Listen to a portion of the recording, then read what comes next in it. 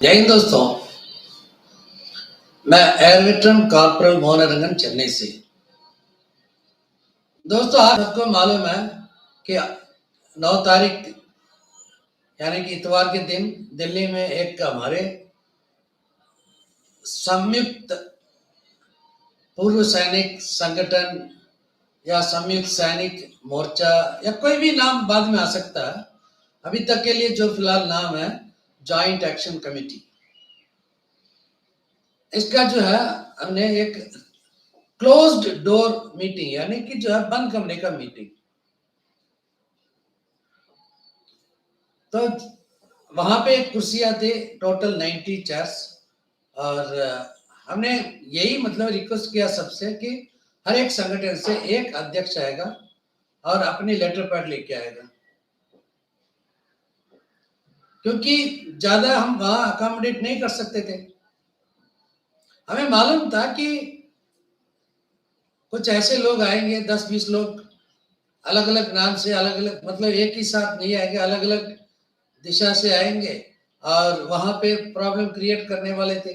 हमें पहले मालूम था वो, इसलिए हम पक्का मतलब सबको मतलब मॉनिटर कर रहे थे कि किसके पास लेटर पैड है, किसके पास नहीं है। दोस्तों ये क्यों बुलाया था मीटिंग, इसका वजह क्या है? इसका वजह क्या ओआरओपी या जंतर मंतर आंदोलन नहीं। इसका वजह यह है कि आज तक जो हमें हमारे साथ जो भी धोखा हुआ वो इसलिए धोखा हुआ था कि हम एक साथ नहीं थे। 25-30 लाख जो एक्स-सर्विसमैन है, एक एक संयुक्त मोर्चा नहीं, आप 10 संयुक्त मोर्चा करो, कोई प्रॉब्लम नहीं है। अपनी अपनी तरफ से अपनी अपनी ताकत से बनाओ, लेकिन दूसरों का जो दूसरा कोई भी बना रहा है उसके ऊपर टांग अड़ाने के लिए आदमी बेचना वो गलत बात था। इसी के लिए कोशिश हो रहा था उस दिन। और हमारे जितने भी जो है मेहनत करने के बाद भी, इतना मतलब वाच करने के बाद भी घुस गए थे। चलो कोई बात नहीं, वो भी हमारे ही भाई है। तो ये जो मोर्चा है आगे की रणनीति तय करेगा, आगे किस तरह करना है, जो भी बात होगा। इसका मतलब अभी तो हमने बीज खरीदा है, डाला भी नहीं, बीज खरीदा है। अब जमीन तैयार करके वो बीज डालना है, मेहनत करना है, फिर वो आगे जाके फल देगा। आप में से बहुत लोग किसान हैं, आप जानते हैं इसके बारे में। मैं किसान नहीं हूं, इसलिए मैं मोटे तौर पे बताता हूं। दोस्तों इस बीच में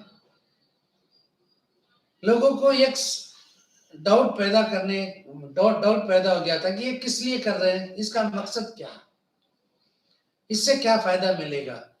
दोस्तों सबसे पहले जो है फायदा क्या मिलेगा ये सोच के अगर कोई भी काम करोगे ना वो ठीक नहीं बनेगा। हम किस तरह जा सकते हैं हर एक, क्योंकि हम में से है ना हर एक आदमी, चाहे बूढ़ा हो या पढ़ा लिखा हो या अनपढ़, हर एक आदमी में कोई ना कोई टैलेंट रहता है, खूबियां रहता है, उसको सामने लेके आना है। लोगों को मतलब चारों दिशा में ये संदेश पहुंचाना है, भैया हमारे साथ किस तरह का भेदभाव हो रहा है, किस तरह का भेदभाव हुआ है, आगे जाके ये कहाँ मतलब खत्म होगा। फिर उसके बाद जो है लोगों को समझाना है।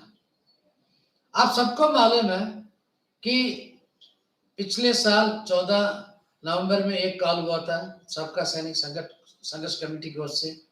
फिर 20 तारीख से जो लगातार जो आंदोलन चल रहा है, सबका सैनिक संघर्ष कमेटी उसका नेतृत्व कर रहा है। लेकिन वहां कौन बैठ रहा है?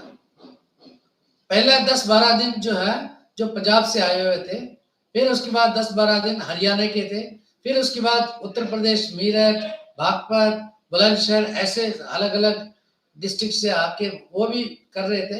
अभी उत्तराखंड वाले कर रहे हैं, आगे जाके राजस्थान आएगा, फिर उसके बाद दूसरा स्टेट आएगा, फिर तमिलनाडु। यानी कि हम ये प्रूव कर रहे हैं कि अलग अलग जगह से अलग अलग जो भी मतलब संगठन आएगा वो चला सकता है। ये है सबसे बड़ा जीत हमारी। हमारे ये जो है ना, इसको जो है दूसरी ढंग से मतलब इसके ऊपर आरोप लगाना स्टार्ट किया लोगों ने। उसके बारे में बाद में मैं बात करूंगा। पहले जो है अभी अलग अलग संगठन अलग अलग स्टेट से आ रहे हैं, उनको मालूम है वहां क्या हो रहा है, उन सबको मालूम है। मैं 8 तारीख को पहुंचा दिल्ली, 8, 9, 10 3 दिन में दिल्ली में था। मैंने इनका पूरा हिसाब किताब देखा, क्योंकि हमारा भी फर्ज बनता है ना, और पूरी कहानी इनका मुझे मालूम है। दोस्तों, ये जो संगठन संयुक्त सैनिक मोर्चा संगठन बनाने के बाद जो है, ये जितने भी 20 तारीख से लेके समझ रहे कि अगर कल हैंड ओवर करना है तो 50 दिन में कितने कलेक्शन हुआ है, कितने मतलब खर्चा हुआ, ये पैसा पैसा के हिसाब उनको दिया जाएगा। जो संगठन के संयुक्त सैनिक मोर्चा जो संभालेगा, जो कैश ट्रेशरर होगा, उसको देंगे शायद, मतलब पूरे मंच के सामने। ये हमने तो तय कर लिया, पहले तय कर लिया, और खुला मतलब 9 तारीख को भी यही कहा था। लेकिन हमने अभी परमानेंट कमेटी नहीं बनाया, हमने जो बनाया अडॉक कमेटी बनाया। अब अडॉक कमेटी से, अब अडॉक कमेटी के बाद जो है 6 महीने का टाइम है उनको। एक ऐसे नहीं कि है बस, जैसे मैंने आप लोगों को बताया 12 तारीख को मीटिंग हो रहा था, फिर वहां पे यूनाइटेड फ्रंट शुरू हो गया, मैं चेयरमैन बन गया, किसी को कोई इतराज, ऐसे नहीं चलेगा। और कोई ऐसा दूसरा कहता है कि हमने अपने जो रिप्रेजेंटेटिव कर दिया दूसरा, हमारा ऐसे नहीं है। हम जो भी काम करेंगे पक्का कानून की तौर पे करेंगे।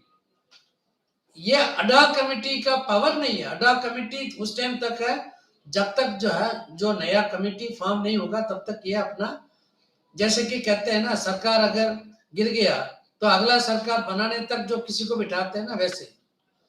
तो ये जो है, ये अडॉक कमेटी सारे जो कानूनी तौर पे जो भी काम करना है सब करेंगे। फिर उसके बाद सारे संगठन को मतलब हम ये भेजेंगे कि मतलब मेमोरेंडम ऑफ एसोसिएशन, बाइलास।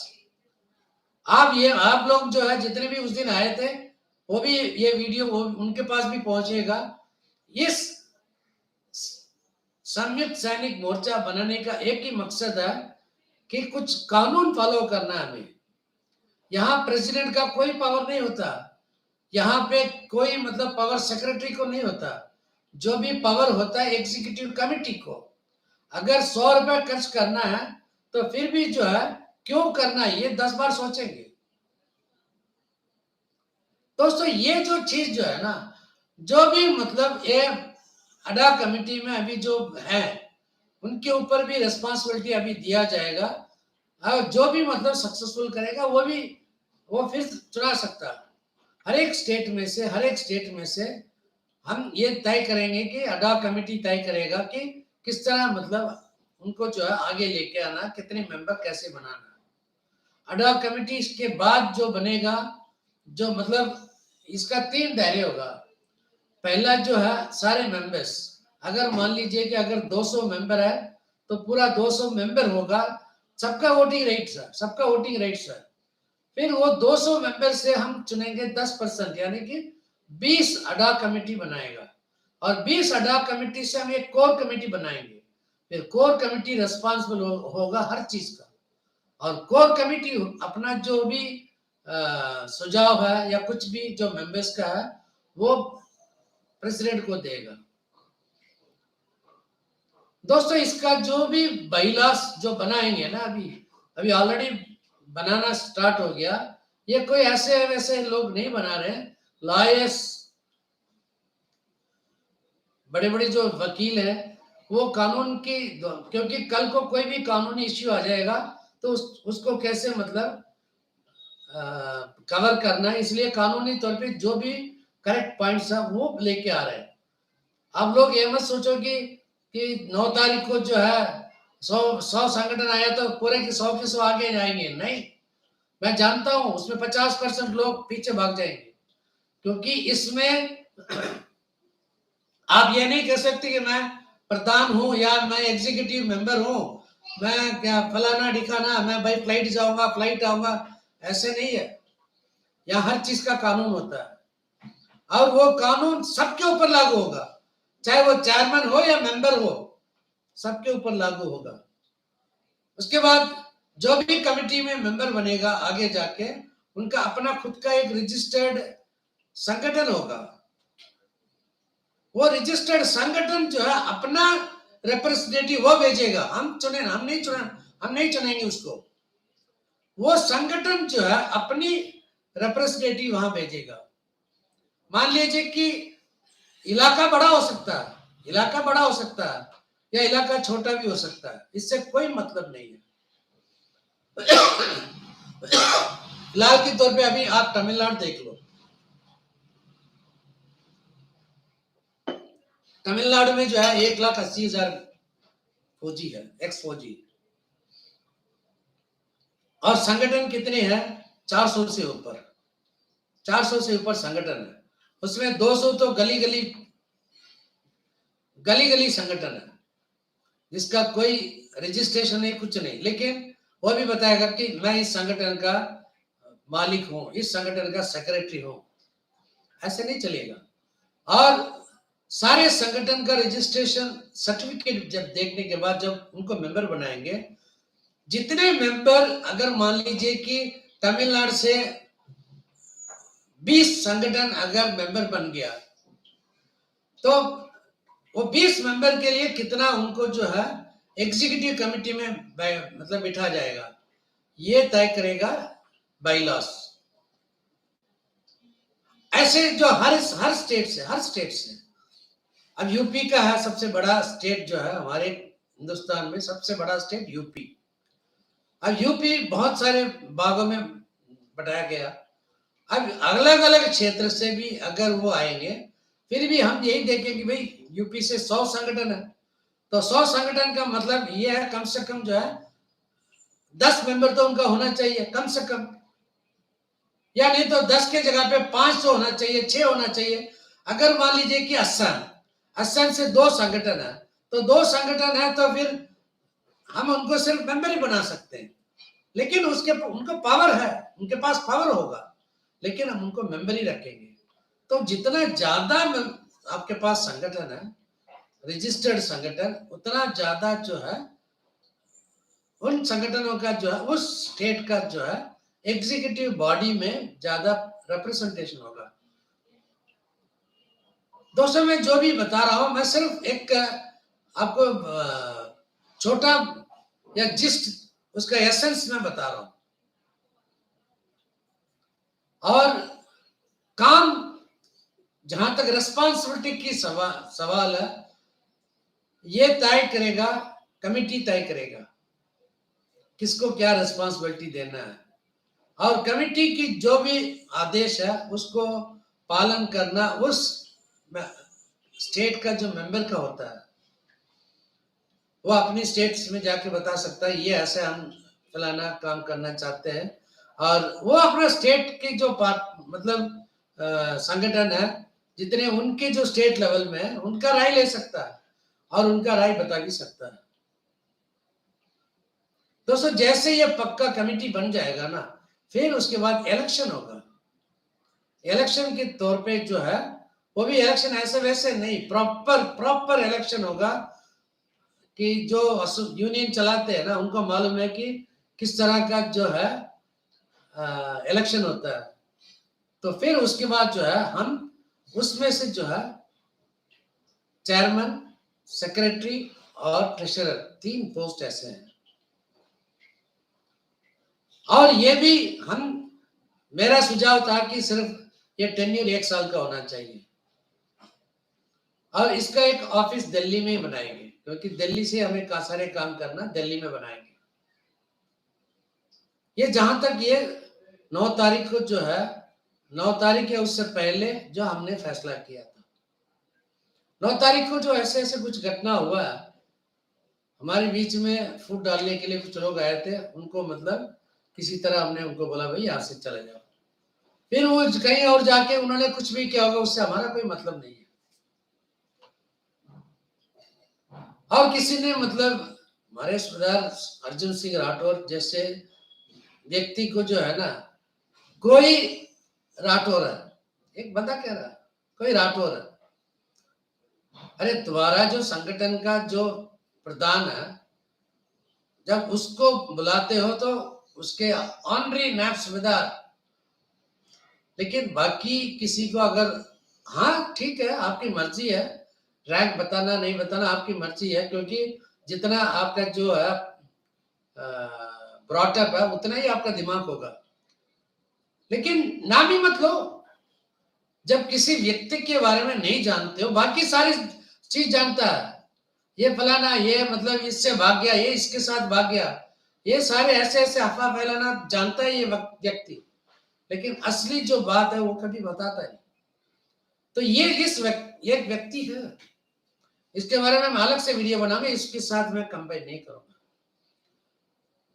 दोस्तों ये मैं आपको क्यों बता रहा हूं, वहीं पे मीटिंग में सबके सामने हमारे साबका सैनिक संघर्ष कमेटी का जो नेशनल एडवाइजर सुबेदार मेजर एसपी घोषल साहब जो है, उन्होंने सबके सामने ऐलान किया है कि जो भी पैसा है हमारे पास, पाई का जो है हिसाब किताब सब कुछ जो है हैंड ओवर करेंगे कमिटी का जो ट्रेजरर को, जैसे बन जाएगा। अगर कोई भी डाउट है हम वही की वही क्लियर कर देंगे। और ये भी मतलब इनसाइड अंदर के कमरे में नहीं, मंच पे देंगे हम, मंच पे इतना यहां से यहां तक कितने लोगों ने, कौन कौन सा संगठन ने पैसा दिया और कहां कहां खर्चा हुआ, खर्चा और जो रिसीट सारे कुछ देंगे। फिर उसके बाद हम उनसे सिग्नेचर भी लेंगे कि हमने इतना दे दिया पब्लिक के सामने। इससे ज्यादा ट्रांसपेरेंसी मैं कहीं देखा नहीं, इसी को बोलते हैं ट्रांसपेरेंसी।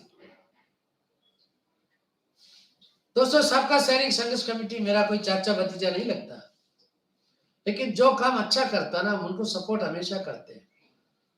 हाँ, ये जो फ्रंट बनाने का, जिसको वो पंजाबी में सांझा मोर्चा बोलते हैं, और हमारे एक बंधु आके बोला कि सर इसका नाम रखो कि संयुक्त सैनिक मोर्चा, और एक बंधु ने बोला सर इसका नाम रखो संयुक्त पूर्व सैनिक मोर्चा।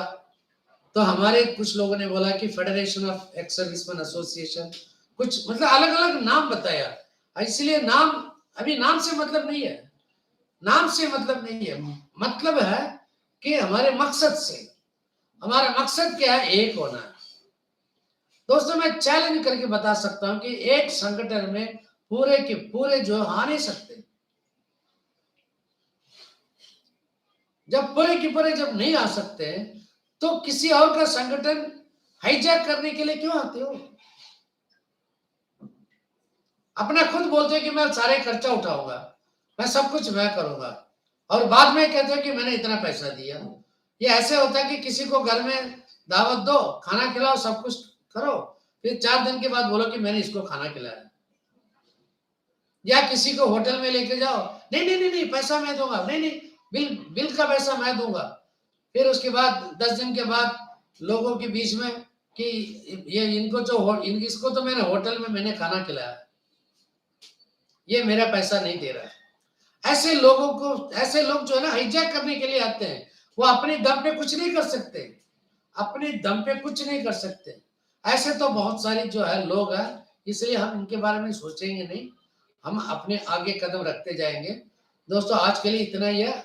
मैं ये समझता हूँ कि आप लोगों को जो है थोड़ा हिंट तो मिल गया होगा कि हम किस लिए ये जो है जॉइंट एक्शन कमेटी और आगे जाके ये संयुक्त सैनिक मोर्चा क्यों कर रहे हैं। अगर कोई डाउट है तो आप कमेंट में डालो, मैं अलग अलग वीडियो बनाऊंगा कि जब तक आपको पूरा तसल्ली और जब तक आपके दिमाग में, जब तक आप पूरे नहीं समझोगे तब तक 100 बार बोलने के लिए मैं तैयार हूँ।